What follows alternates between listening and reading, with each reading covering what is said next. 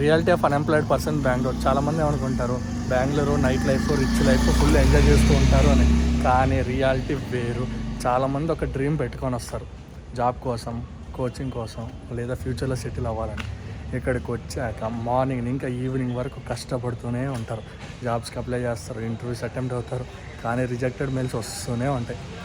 ఇవన్నీ కాకుండా ఫుడ్ ఖర్చులు, రూమ్ ఖర్చులు, ట్రావెలింగ్ ఖర్చులు, ఇవన్నీ కాకుండా ఒక్కొక్కసారి తినడానికి కూడా డబ్బులు ఉండవు. 90% బాయ్స్ ఇది ఫేస్ చేసి ఉంటారు. తినడానికి కూడా మనీ ఉండవు.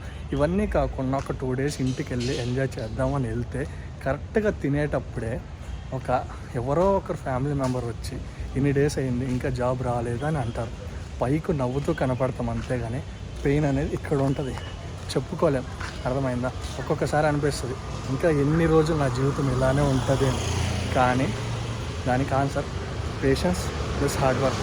ఈ రెండు ఉంటే ఈరోజు కాకపోయినా ఏదో ఒక రోజు సక్సెస్ వస్తుంది.